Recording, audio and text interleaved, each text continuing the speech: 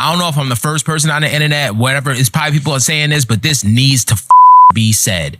We have to separate black culture from hood culture. Mm-hmm. They are not the same thing. When somebody's sagging their pants and talking in an ignorant way, I don't say that that's black culture. That's hood culture. That is not being black. Hello everyone, welcome back to Trending Pulse Worldwide, and today we are diving into a topic that's sparkling a lot of debate. What truly defines black culture? Well, for too long, ghetto culture has been presented as synonymous with blackness, but when you compare the lived realities from the ghetto to the suburb, a much broader and more complex picture emerges. Now let's start with some voices from within the community. You see, many black Americans are speaking out and they are arguing that modern ghetto culture doesn't capture the full essence of black or American heritage. You see, they stress that black culture is rich with history, resilience, and excellence, far beyond the stereotypes often highlighted in media. This idea that modern ghetto black culture is actually a culture is a farce. It's not a culture. It's an aesthetic. Prior to the 70s, 80s, in ghetto black American communities, you did not see the debauchery and the scandal that you see in ghetto black communities today. That's because back then, being ghetto was not some sort of style or a sort of aesthetic. It was a condition of life. You were poor. But being poor didn't mean that you didn't have morals. It didn't mean that you didn't have dignity. And it didn't mean that you didn't have principles. Ghetto black Americans prior to the 70s, 80s still had standards.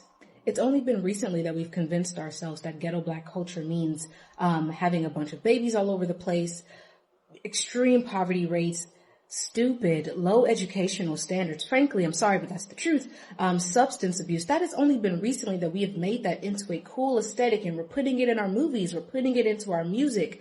At one point in time, you could not do that in ghetto black communities. You couldn't. The people wouldn't let you because being poor didn't mean having no social etiquette. It didn't mean having no social comportment. It did not mean devaluing human lives. We don't value each other's lives in ghetto black communities. We're killing each other. We're molesting each other. The girls are experiencing sexual abuse within their own households before the age of 16 years old.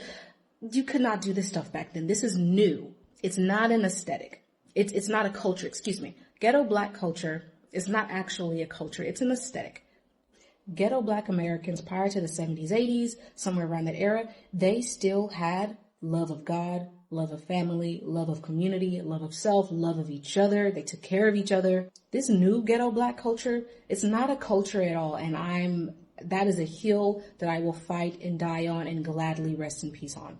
Now, let's examine the contrast between different environments. If black identity was solely defined by ghetto culture, then why do we see such a dramatic difference when black communities thrive in suburb settings? Well, research and community testimonials indicate that socioeconomic factors like access to resources, education, and stable community support plays a significant role in shaping experiences. I may be a little under the influence, but stick with me on this one. What's the difference between the hood and the suburbs? People will say race, people will say location, you can say a mindset.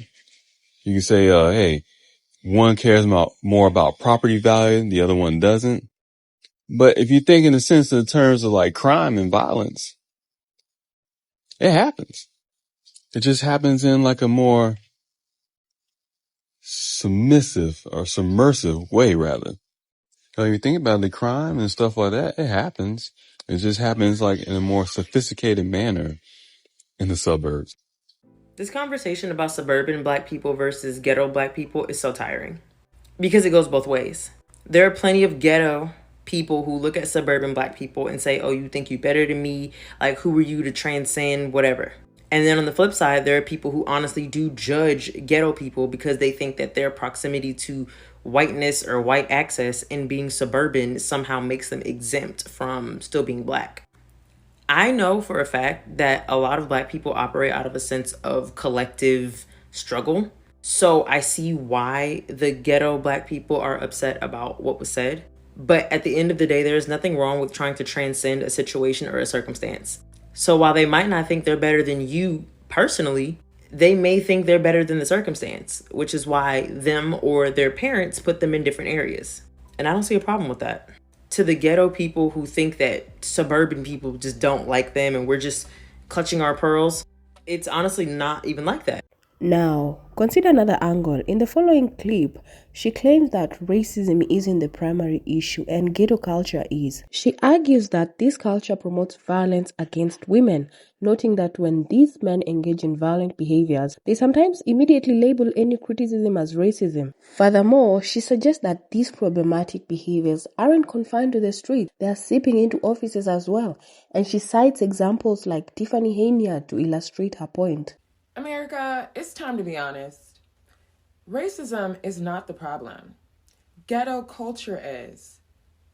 Recently, we're seeing an epidemic of extremely ghetto people being in charge of government offices. Case in point, Tiffany Henyard.